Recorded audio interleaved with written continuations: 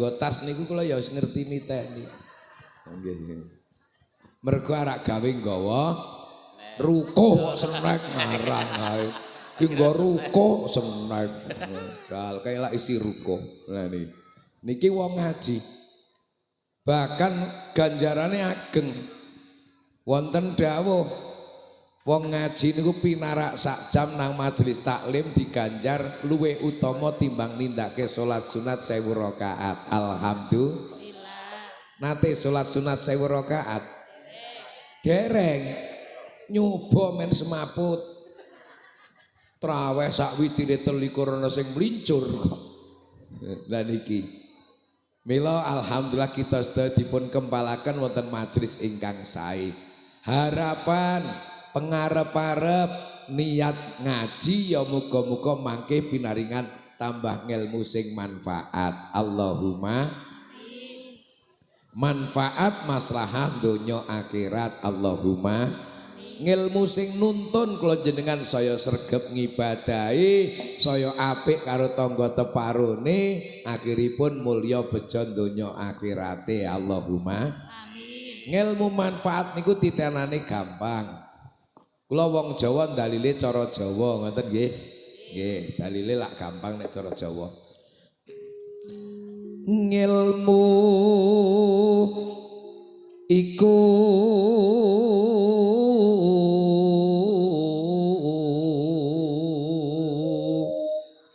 kalih mapan nggih Mbah. Amblek lek tak tinggal bali. Kelakone kanthi laku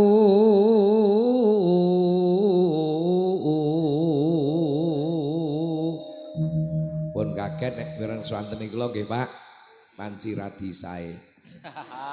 Ati barono sing ngalem sae nggih Bu.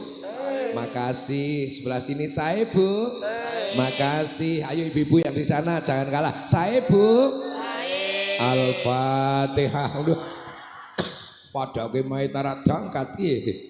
Ngilmu niku kelakon gawa wong Klimbangan Banyu Siti Pakis Megelang slamet donya akhirat ning ana syarate Bu. Syarate kanthi laku. Nek wis bar ngaji, wis ngerti bareng-bareng dilakoni. Dilampahi karo Kiai Dora Basa. Dilampahi. Wekase lawan kas tegese kas nyantosane.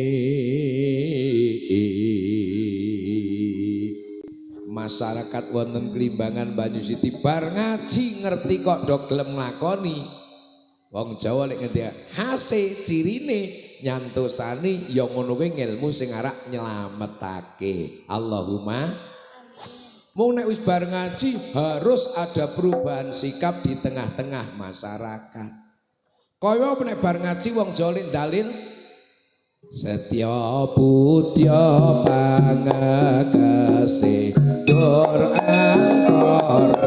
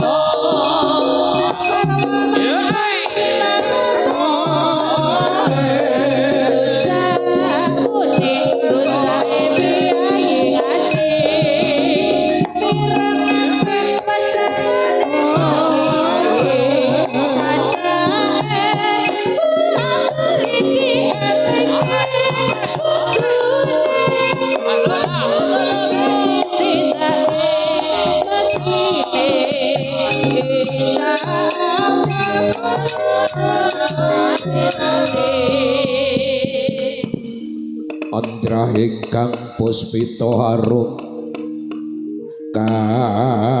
kasliring samirana hamring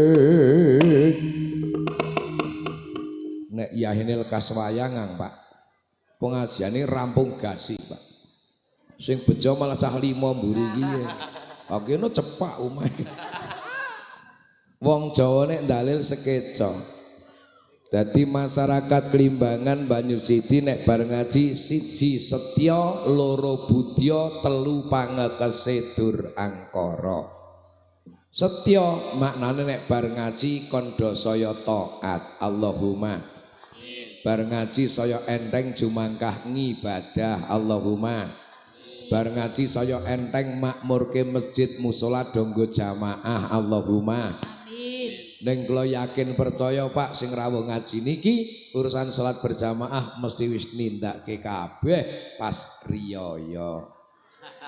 Leres. Wong nek riya salat dewang pancen koplak anyar. Mila nek ana wong Islam teng Klimbangan niki Bu, ngaturi prisa. Ana wong Islam nang Klimbangan kok sandale kala-kala ilang teng masjid utawa teng musala itu namanya musibah. Napa Bu? Napa? Musibah. Tapi musibah yang sangat ringan. Nek ana wong Islam nang Klimbangan nang Banyusidi kok sandale ora ketok nang masjid, ora ketok nang musala itu musibah yang sangat berat. Yu apa sandal aku to mambilan nang masjid anyar ayo ora anyar sih lumayan alah musibah ringan tak dongake esuk tuku sing anyar luwih apik amin sing siji lapor yu apa anak aku blas durung tau kelangan sandal nang masjid yu Mbak Yune prilih jawab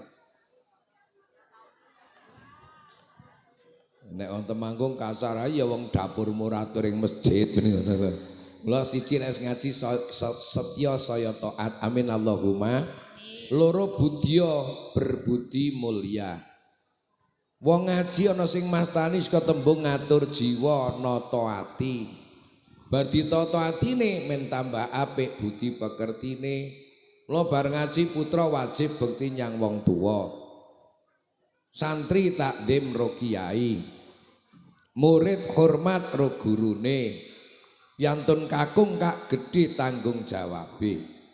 Wong priya niku singkatan hebat. Priya singkatan prigel makarya.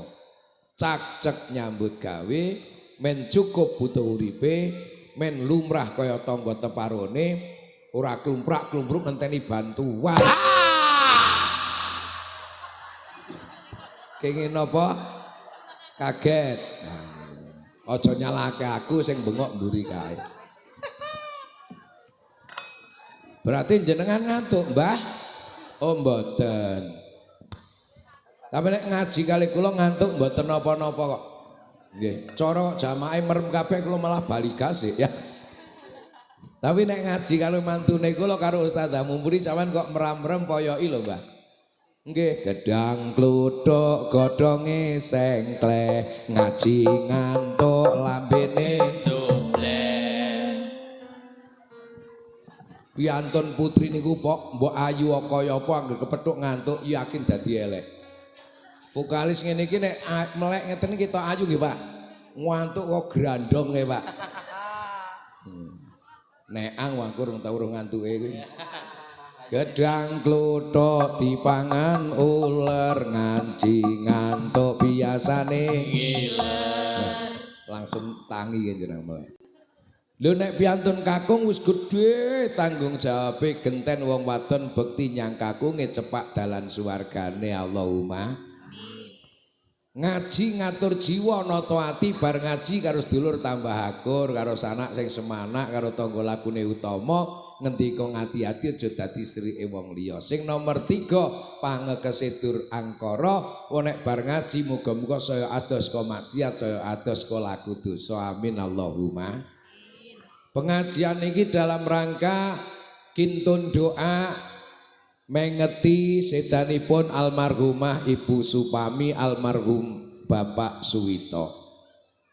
Cara bahasane bahasa pesantren atau bahasa napa lari-lari ngaji pengajian iki panjen 1000 dina ke lak berarti wis pirang tahun, Mbah?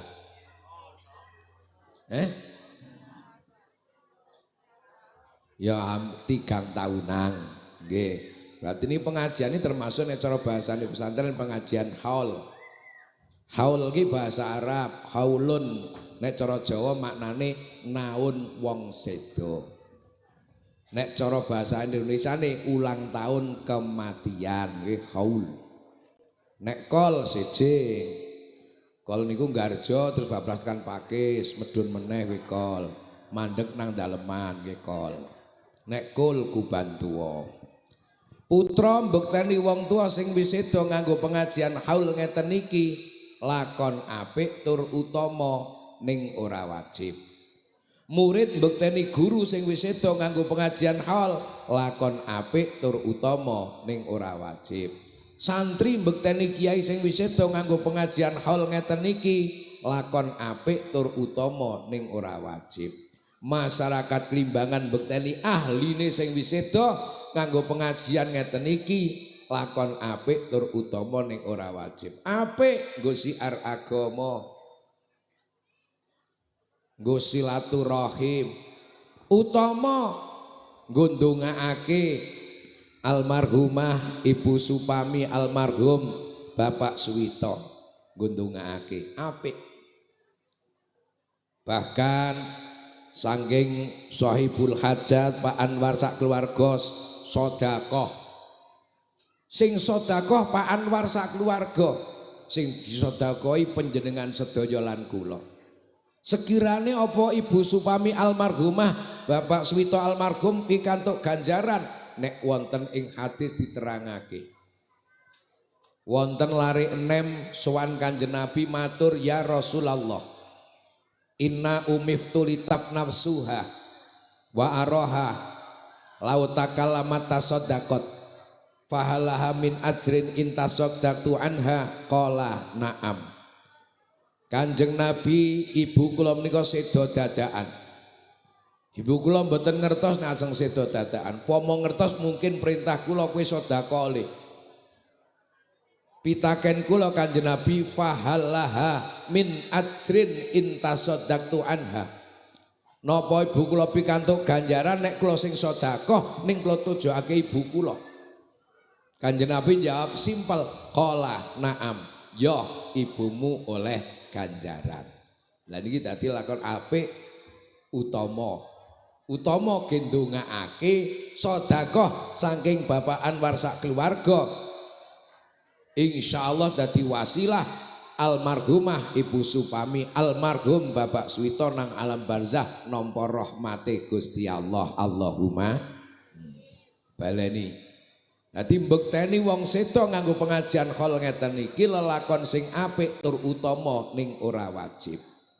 Artosipun ora wajib hari ini Bapak Anwar mbekteni almarhumah Ibu Supami, almarhum Bapak Suwito nganggo pengajian khol ngeten iki. Kok tahun ngarep mboten saged ngawontenaken nggih mboten dosa wong ora wajib kok.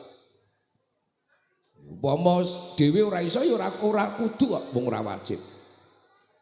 Ming ketok nek saya melarat ngono ya. Kok guyu to, Pak? Nek saiki dinten iki Pak Anwar niku iso nganake pengajian. Njuk sedekah. Njur isih nyangoni kula bareng to. Nggih, ya nek rasa ngene aku ya wegah rene. Harak apa nek rene? Lah niku upama wis ngoten niku, kok njuk taun ngarep mboten saged berarti kan sudah rezekine. Ning ora ana dalil Quran hadise. Wong sedekah melarat gara-gara sedekah. Mboten wonten dalil Quran hadis melarat gara-gara sedekah.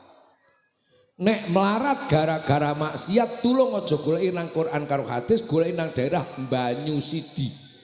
Kula ketemu, Pak. Apa malah wong kene? Ya Allah. Wong sedekah niku Pak, tata lahire kelong bandane suda rezekine. Leres. Tata lahir. menungso niku mengerti tata lahir, al insanu bidzahir wallahu bisarair. Sedangkan sing preso hakikat ning Gusti Allah. Wong sedekah tata lahir pandangane menungso suda bandane kelong rezekine, ning hakikate di hadapan Allah ya kuwi wong sing arek ditambahi akeh rezekine. Allahumma tak gambarake ana piyantun Klimbangan, putrane mondok nang Jawa Timur. Nek Garca muni ndak kecepaan lho. Nang Jawa Timur. Badhe mangkat pamit, Mak, Pak, kula ajeng mangkat dinten niki dikoordinir kalih alumni sareng-sareng mangke bidalipun bakda zuhur. Oh ya, tungakake kerasan kewarasan tenanan lek ngaji nggih. Ya iki tak sangoni 2 juta. Ngisor nek wis oleh sambangi, oleh tiliki ya tak tiliki. Nggih, saestu. Begitu ditiliki sehat le pangestunipun Bapak kalih Mae, alhamdulillah tenanang lek ngaji nggih. Tak takon duite sepira, tasih 2 juta. Alhamdulillah. Muga-muga sampean mondok nang kene 10 tahun duit ajeg 2 juta. Aku ora kangelang nambahi. Ya tau penak ta. Wong isih ajeg kok duite kok tambah arak ge apa? Nek dimaturi kok ditakoni kok terus sepira duite? Ngapunten Pak, nek awal ngeten iki panjenengan sok ra diboros. Kantun 200. Engko tak tambahi 1.800.000 kan ngoten. Niku logikane. Wonten hadis nerangake tiap enjing menjelang fajar ada 2 malaikat turun ke langit bumi. Langit bumi iki nek teng mriki langit dhuwur Klimbangan. Nek tengen kula ya langit dhuwur Bulu. Niku. Ning nyun ngapunten ya ibu-ibu mboten usah penasaran. Ngesuk-esuk arep mangkat Jumuahan tingak-tinguk goleki malaikate. Jare loro kok siji rong jedul wae mari to kuwi ngapusi nek sing rawuh malah Israil malah pejah. 2 malaikat diutus karo Gusti Allah medhun nang langiting bumi. Malaikat, nggih Gusti, medhun loro, nggih nyuwun marang ingsun njalukke menungso. Sendika dawuh. Sing siji malaikate ndonga ngeten, Bu. Allahumma a'ti munfiqan khalafan. Ya Allah, teman-teman kula nyuwun jenengan kersa nambahi wong Klimbangan, wong Banyusiti sing gelem infak tambah kathah rezekine. Allahumma amin. Iki. Ning hati-hati malaikat sing siji rada sentimen, Pak. Sing siji ndonga. Kowe saiki do ndonga. Oke. Allahumma ati munsikan talafan. Ya Allah kula nggih teman-teman nyuwun jenengan kersa nambahi wong-wong Banyusiti, wong Klimbangan, wong Pakis sing cetil mboten nate infak tambah entek-entekan. Nek perlu mati kakang utang. Sebab tasih wonten cara sanes. Nek awak dhewek pengen mbekteni wong tua sing wis sedo di samping anake pengajian kaya wekdal menika. Carane pripun Pak Usman? Sederhana. Maca istighfar ping 3 ba'da salat astaghfirullahaladzim li wali walidayya wali jami'il mu'minina wal mu'minat wal muslimina wal muslimat al ahya'i minhum wal amwat. Bekteni wong sedo nganggo pengajian hol ngeten iki lelakon apik tur utama ning ora wajib.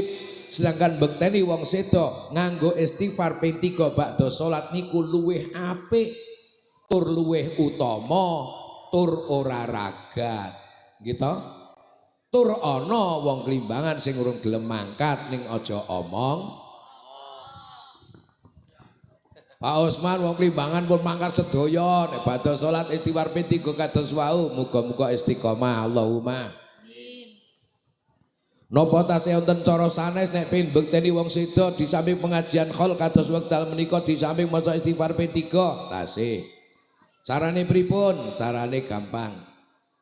Ngibadah sing sregep, rukun karo tangga teparone, akur karo sanak sedulure, apik karo kiwa tengene. Niku termasuk tata cara dhewek mbekteni ahline sing wis sedo.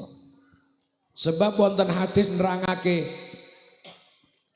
inna a'mala ahya'atu radu alal amwati.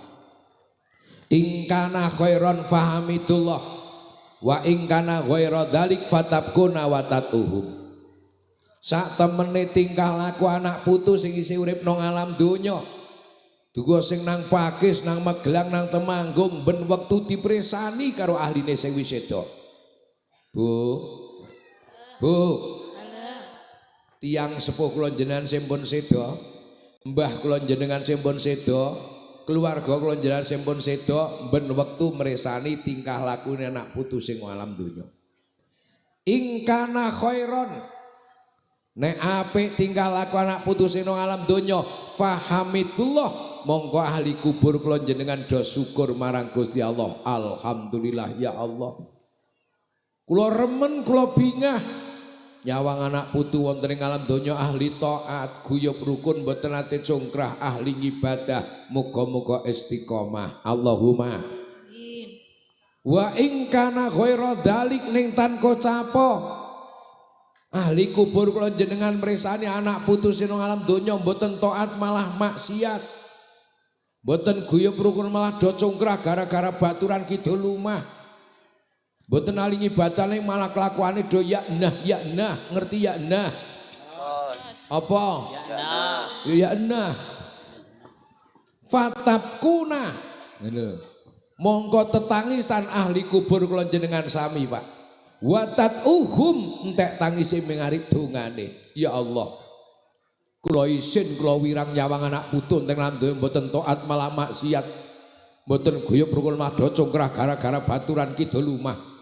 Mboten alingi ibadah ning lakune do ya nah.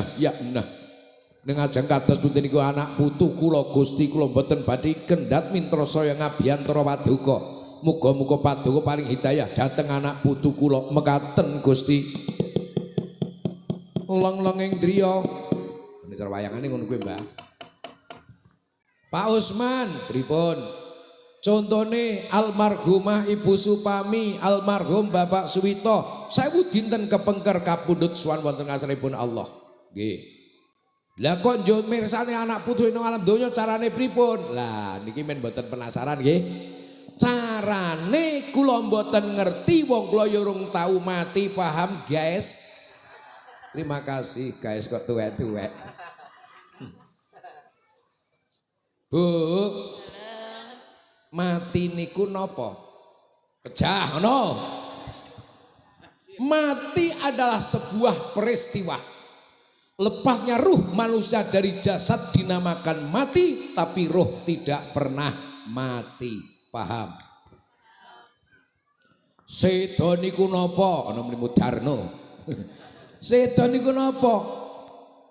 Ucule nyawa menungso saka raga. Utawa dijukuke dijabuti nyawane menungso saka ragane diarani seda, ning nyawa mboten nate seda.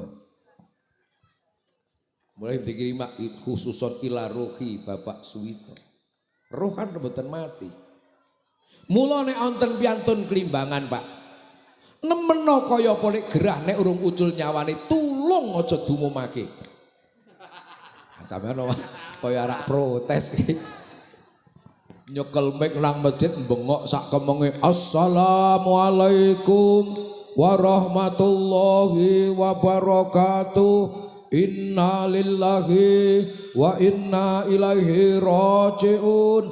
Matur prisa dhateng masyarakat Klimbangan, bilih wekdal menika simbah kula saweg megap-megap. Tata-tata rak dathaki wong sak kampung. Lah wong urung ucul nyawane kok. Sebab mati niku ucule nyawa saka raga. Peristiwanya dimanakan mati. Ning nyawa mboten mati, nek wis ucul gek dumumke lek ngumumke mon sae kok, Bu. Ngaturi prisa dhateng warga masyarakat Klimbangan, bilih nembe jam 3 kirang 10 menit Mbah Usman kapundhut sowan wonten ngarsanipun Gusti Allah. Wong kula ya tenang-tenang, kula Usman ridho kok. Asing sitok Usman sing ora ridho ki lho, Pak. Ana ta? Nggih. Tak matur Bu, nek ana pengumuman ngaturi prisa bilih nembe jam 3 kirang 10 menit Mbah Usman kapundhut. Sing dipundhut napane? Nyawane. Maune dadi siji karo ragane Usman sing ora ridho ki mau lho. Yo dijukuk romole kan lajikuke nyawa niku diarani seta, ning nyawa mboten nate seta, mula kapundhut. Orang ngawur yang ngomake ngaturi preso datang masyarakat Klimbangan. Bila lembe jam 3 kirang 12 menit Mbah Usman dipun pateni lak ra ngono to?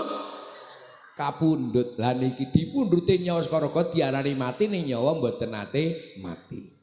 Wonten Al-Qur'an Allah ngendika ngeten. Wala tahsabannal ladzina qutilu fi sabilillahi amwata bal ahya'un 'inda rabbihim yurzaqun. Lan kowe aja padha nyono. Kowe aja padha ngira wong Klimbangan nek ana piantun biyen rikala sugeng nang alam donya ikut memperjuangkan agama Allah. Aja dianggap wis sedo. Tata lair nyawa wis ucul saka raga wis sarake nang Bantala ning Allah ngendika bal ahyaun, akan tetapi beliau masih sugeng. Di mana? Bukan di alam dunia. Alamnya beda dengan kita. Teng pundi? Inda rabbihim, di hadapan Tuhannya, yurzakun, dengan rezeki yang lebih mulia. Muga-muga berkahipun donga tahlil, berkahipun sedekah, Allah yarham Simbah Suwito almarhumah Ibu Supami nang alam barzah langkung remen sugengipun timbang rikala urip nang alam donya. Allahumma sumrambah dateng ali kubur kula jenengan sami amin Allahumma amin. Para rawuh ingkang minulya, lajeng pengajian haul ngeten niku hikmahe napa? Oh, pengajian ngeten iki Pak, pengajiane wong cerdas-cerdas, aja ngece. Aku ngono, Kanjeng Nabi ngendika al kayyisu mandana nafsahu wa amila lima ba'dal maut. Ternyata wong pinter niku Kanjeng Nabi ngendika mboten profesor, doktor, insinyur, MBE, SH, MPDI, SOS, SIP, SE, SCendol, ST. Sapa wong pinter ngendika Kanjeng Nabi al kayyisu mandana nafsahu wa amila lima ba'dal maut. Wong pinter iku wong sing pinter ngendhaleni hawa nafsune, isih urip nang alam donya, isih sugeng nang Klimbangan ning wis mempeng golek sangune mati. Wong pinter. Kok pinter? Ngerti nek mati mesti to? Nggih to mboten? Mesti. Ngerti nek mati ki mesti tekane tur mbutuhake sangu. Mula sadurunge ketekan wis golek sangu. Wong pinter. Nek wong bodoh mboten nonton Pak. Kanjeng Nabi mboten ngendika wal jahilu. Seonone kakangne bodoh letelu, bodoh, goblok, tolol, pekok. Wal ngajizu. Wal ajizu man atba nafsahu hawaha wa tamanna 'ala Allahil amani. Lan wong sing paling pekok ngendikane Kanjeng Nabi lho. Yaiku wong sing urip pisan durusi karepe nafsu, sok njaluk marang pangerane ning penjalukane ora cocok karo kahanan. Contoh, jan ra tau ngibadah, pengen bahagia selamanya di akhirat. Goblok apa pekok? Pekok. Ratu salat jan pengen mlebu swarga. Goblok apa pekok? Pekok. Anake ora kon ngaji ning pengen anak sing saleh-saleh muga-muga sone kula mati ndongaake ning ora kon ngaji. Wong tua goblok apa pekok? Ya ana sing model ngoten niku. Wong ya jek urip. Unung kelak mati. Lah niki. Oh, makanya pengajian ngeten ini ternyata pengajian wong pinter. Mikir, oh mati ki mesti tekane butuhke sangu. Mula sak durunge aku mati ketekan pati golek sangune sregep ngibadahi. Allahumma. Bapak Ibu nggih pitados nek sak mangsa-mangsa seda to? Yakin? Mantep? Kapan? Genten tahun Usman kapan? Kalau saya mah kapan-kapan. Mati niku nek dipikir jebul sing kondisi Pak. Nek mboten ibu-ibu riyen biasanya Usman kantun Pak biasanya. Tapi nek mboten Usman kantun Bu biasanya bapak-bapak enggak. Kula tak kari-kari karo Pak Lurah kaya Pak karo Pak Rohmat Juwono njuk karo Pak Anwar wae rada kari-kari karo tokoh-tokoh karo Pak Yusuf tok rada kari. Ingkang badhe ngrumini namung ndadakan sugeng tindak. Sing jelas mati ora mbok rembug tekane wis mesti ngaji ngrembug mati ora ono oleh men tambah semangat ngibadah golek sangune. Allahumma. Sementen kathah bakal sedo-sedo mung sayange mboten ngerti mangsane kapan. Nggih napa nggih? Usman ridho mesti mati, cuman sampai saat ini belum ada informasi. Nek kula kok ngerti mati ini kapan ora nyanyi Pak. Handai ku tahu Kapan tiba ajalku, ku akan memohon Tuhan tolong panjangkan umurku. Ngerti mati di kapan salah ngenyang Pak kula ya. Ya Allah, tambah kali wulan nggih kula tak toto-totohan ngono lho. Wane polisian duwe apa tak jual kabeh tak gawe nambahi bangunan pondok sisandene to. Andai ku tahu kapan tiba masaku, ku akan memohon Tuhan jangan kau ambil nyawaku. Tanggane takon, Pak Usman kok mboten asal dimengerti napa to? Tak jawab. Aku takut akan semua dosa-dosaku. Aku takut dosa yang terus membayangiku. Wedi wong dosane akeh kok. Ning isih paring kesempatan. Alhamdulillah. Monggo digunakake dimanfaatake. Manfaatake maksimal. Mula wong Jawa niku paring wewarah. Dadi gesang nang alam donya niku sedhela diumpamake ming kaya wong mampir ngombe. Artinya kehidupan dunia hanya sebentar dibanding kehidupan besok nang alam akhirat. Ngoten lho Bu. Sebab Allah ngendika nang Quran, inna yauman indallahi ka alfi sanatim mimma ta'uddun. Allah. Sak temene sedina nang ngersane Allah iku kaya 1000 tahun nek diitung nang klimbangan. Sedina di hadapan Allah besok kaya 1000 tahun nek diitung teng mriki. Lo nek umur awak dhewek tekane 80, 85 dibanding kehidupan akhirat ya mung kaya wong mampir ngombe. Gelem ngrekasake awak ngibadah, ngersake awak nindake syariat agama, rekasane mung sedhela ning nek ditampa ibadah kebahagiaan selamanya di akhirat. Allahumma amin. Nek sing marak seneng-seneng ora tau ngrasake awak ora ngibadah terusno sak jengklekmu ning begitu mati merongosmu ya sak lawase nang kono. Lho, amila monggo niki wong urip bakal mati kumledak ditutup nganggo mori ora suwe ditekani mungkar nakir utusane Gusti.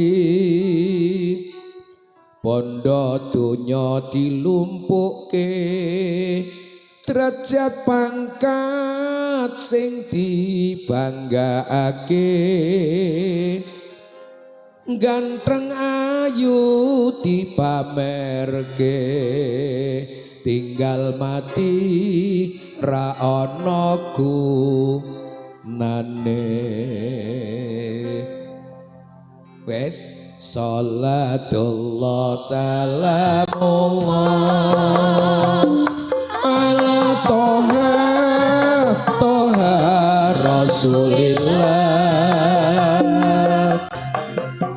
Salatullah salamullah ala yasin yasin habibillah. Awasal Nabi Bismillah wabil hadi hasi Rasulillah wa kulli mujahidillah bi ahlil bari ya Allah. Sapa wonge ana donya sregep ngibadahe nang akhirat swarga dadi papan panggonane. Sapa wae ana donya rina wengi tansah gawe dosa nang akhirat bakal nampa siksa manggon ana ing neraka. Salatullah salamullah ala toha toha rasulillah. Salatullah salamullah ala yasin yasin habibillah. Tawassalna bi bismillah wa bil hadi hadi rasulillah wa kulli mujahidillah bi alil ya Allah. Sallu ala Nabi Muhammad. Allahumma sholli alaihi. Lajeng Kanjeng Nabi ngemuti ngeten Pak Bu. Likuli syai'in hasadun wa hasadu umati ma baina sitina ila sab'ina. Kabeh sak wiji-wiji ki ana mangsa panene. Wong nandur ki Pak nek panen berarti wis rampung. Wa hasadu umati lan panene umatku rampunge umatku ma baina sitina ila sab'ina antarane umur swidak tekan 70. Punjul ana ning sithik, nek suda malah rada kathah. Dadi ya Kanjeng Nabi ngendikaken umure umatku, rampunge umatku ya antarane umur swidak tekan 70, punjula sithik suda biasa tur rada akeh. Sembrono niki yo sing matur, kula tak matur sing rawuh ngaji niki ya ana sing pun swidak 7 dosa nggih wonten niki. Kathah alhamdulillah meh rampung. Ya muga-muga nek rampung pancen mangsane kok pareng ana siji husnul khotimah Allahumma. Amin. Loro duwe sangune Allahumma. Amin. Telu duwe tabungane Allahumma. Men husnul khotimah ra ketung donga cindak muni ya Allah biha ya Allah biha ya Allah bi husnil khotimah. Men duwe sangune mati ngibadah, ayo do sregep ngibadah. Tabungane, tegesi tabungan niku awak dhewek wis ora nglakoni, Mbah. Wong wis pejah kok. Ning isih banyu mili ganjarane ora ana pedote. Napa? 3 perkara. Siji sedekatin jariyatin. Masjid pas dibangun urun, langgar dibukan bayar. TPK didirikan urunan sak mampu panjenengan. Amal jariah untuk tempat ibadah rampung bangunane gisarana ibadah kok sing sedekah sedo pahala tidak akan pernah berhenti. Allahumma amin. Lho nek awak dhewe pun pecah pengen banyu mili ganjaran rono pedote nek ana tempat ibadah dibangun urun sak mampu panjenengan ora ketung semen setunggal truk. Ane iso kersa tak kata lak remen to. Mboten saged setunggal truk Mas Man nggih setunggal atusan insyaallah padha itu marang percaya matur Pak Lurah. Mboten kiat kok kula pun tuwa Mbah, nek mboten kiat kok ditilar nggih kajenge dusungi sing nom-nom. Nek mboten mampu sak mampune wong sedekah ora kudu sing penting atine ikhlas tur kathah paham teman-teman. Makasih teman tua. Lah niki. Sing nomor 2 ngilmu sing manfaat. Lah kula mboten guru ngaji Pak Usman. Kula mboten ustaz ustadzah, ora kudu ustaz ustadzah. Ngaji nang ndi wae jenengan ningaken bundeli ngilmune tekan omah diamalake, mbasa wis ngamalake njur ajak wong liya niku iso dadi ngilmu sing manfaat. Ngoten nggih. Lah sing nomor 3 waladin sholihin yatulah, anak yang sholih, anak yang sholihah sing ndongaake nyang wong tuane kados wekdal niki. Mula nek pengen anak sing soleh solihah Kanjeng Nabi dawuh mana hala walidun waladau afdalu min adabin hasanin. Ora ana wewes ka wong tua marang putra sing luwih utama kecuali wong tua didhawuhi mewehi putrane pendidikan akhlakul karimah. Tujuane men putra putrine do ngerti sopan santun, suba, sito, unggah, ungguh, lembah, manah, andap, asor, tata, krama, promole ya. Men ngerti akhlak sing apik wajib dididik, wajib diulangi. Sing wajib didik putrane dudu kiyaine ning wong tuane. Leres? Apike putrane wong Klimbangan, wong Banyuwangi ulang ngaji bapak ibune dhewe, cilik pondaseni iman, kenalke bab akhlakul karimah, wari ngaji bab sesuci, warai pesolatan, wari maca Quran, wari alif-alifan, wari bak-bakan, warai ya Fatihah tanwin yan kok ya-yaan. Nek wong tua mboten saged mulangi kiambak, wah niki indahnya Islam, ada rukhsah keringanan. Nek wong tuane ora iso mulangi dhewe, serah kiraun kiai nang pondok, guru ngaji nang madrasah, ustad nang TPQ. Lah wong tuane siji memberi motivasi, loro ngawat-awati, telu ngragati. Memberi motivasi won masane ngaji ya bapak ibu ndek wis jam semene lek mangkat ya nek telat ndak bodho ndak getun tembe mburine iku bagane wong tuane mboten bagane lurahe lurah ndek tugas dhewe ngilangi masyarakat nek wis do nampa SPP lunasi pajege kuwi tugase lurahe. Sing nomor loro ngawat-awati putra do pamit ngaji tenan pemain dolan turut perapatan ngerti ngaji berapa strake sing mulang kala-kala ditileki. Sing nomor 3 ngragati. Jomne pin anak sing soleh solihah nggih Bu nggih. Kala-kala jenengan nate nderek ziarah. Mbasan ziarah tekan karo pipis yo pipis pisan bayare pira? Pinten? 2000 pisan. Hane anyang-anyangan perantek oke. Ming tutup yo seni to niku. Jukuk ya ora ana gunane to. Nasis hukume to. Bayar lho titip putra nang pondok nang madrasah nang TPQ ana sahriyae lumrah. Nek wis dadi anak sing saleh salihah, sing mulangi kiyaine gurune ustate, sing bocah sapa? Wong tuwane. Nggih napa nggih? Kula nek cara gambarane nang lakoning wayang, anak sing saleh utawa salihake kaya nang lakon Pandu Swarga.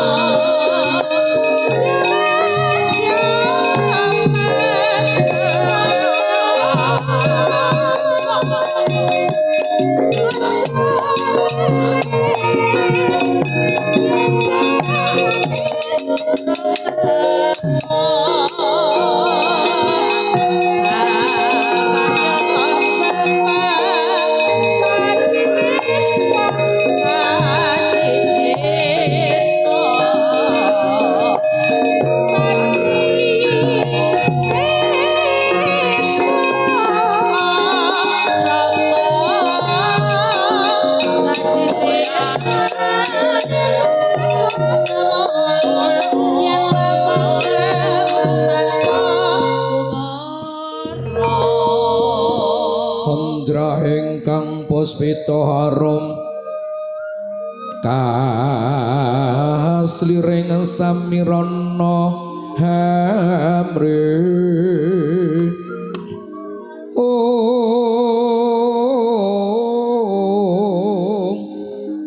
sekar kadung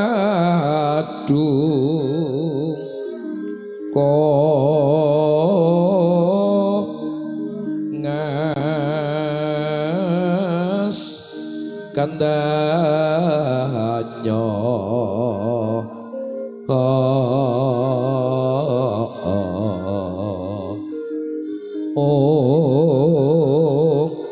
maweh raras harnaning driya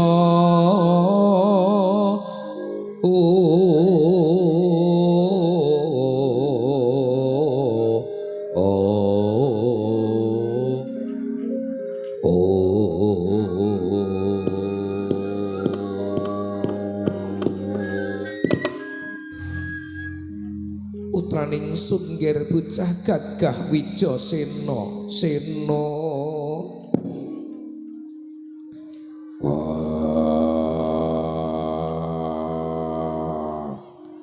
Kunti tali broto ibuku apa nyaket marang Kanjeng Ibu adoh sunawi caket sunaketake semana tresnane wong tuwa marang putra najan to anakmu Wijasena adine bungah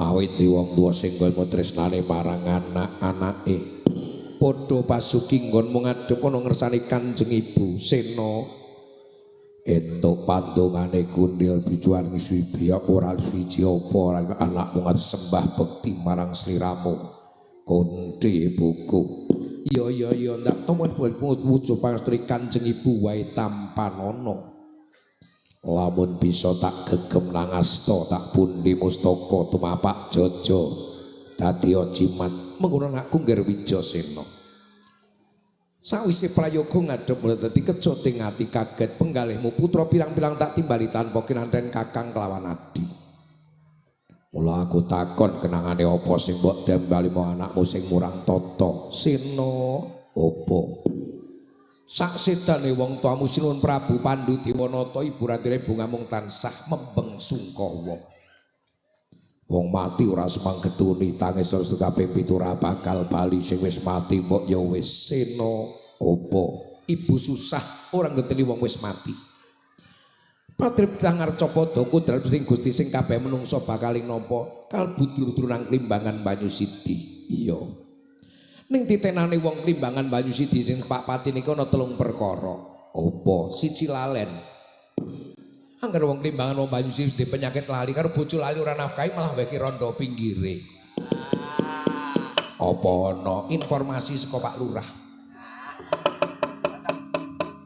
Anak nang kono duwe nanggere duwe decer-ceronane ya lali ora dopeni. Kuwi ana informasi ke pusat. Utang Mbak Yune dhewe umahe nang ngarepe ya lali ora nyarutang tandane wong Klimbangan wis ora mati. Allahumma amin ya mati ora gelem amin ya mati. Sing nomor 2 ngantukan.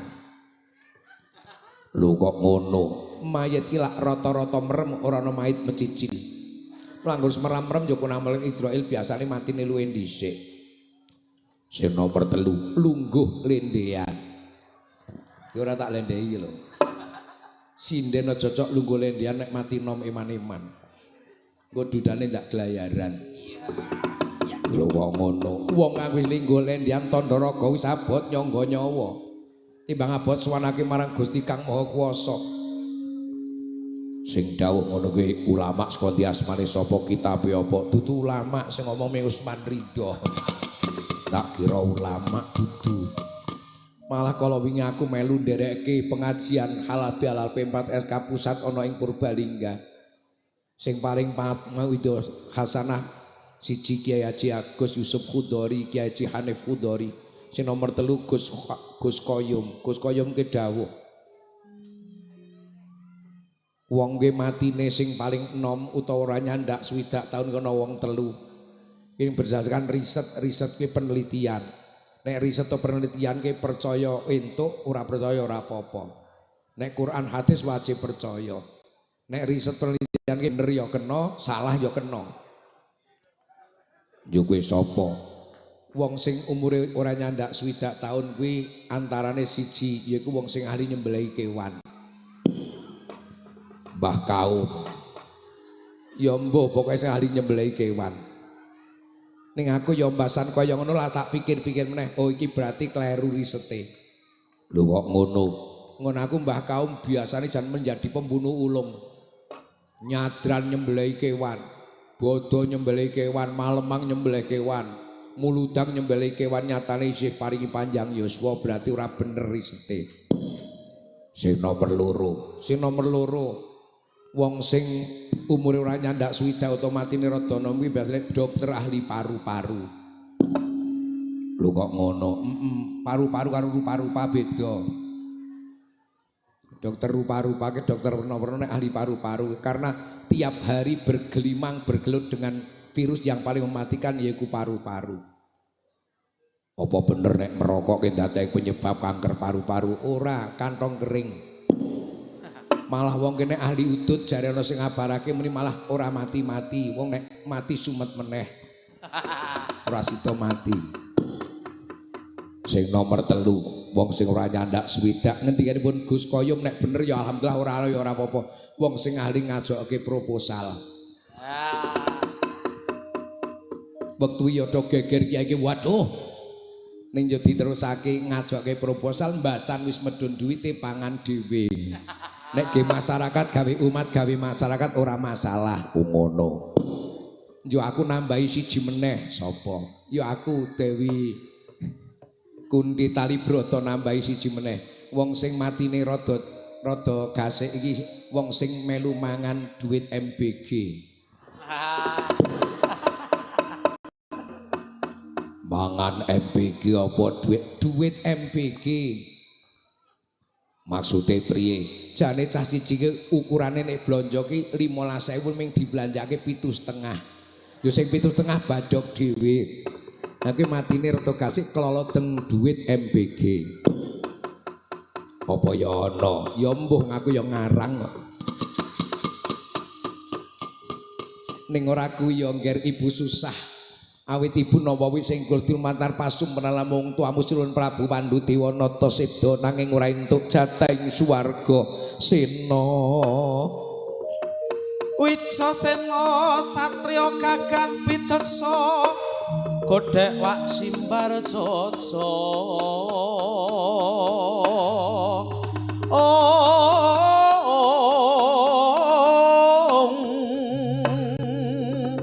Klereng-klereng lamun anu mandika pindho klerenging Simalotra.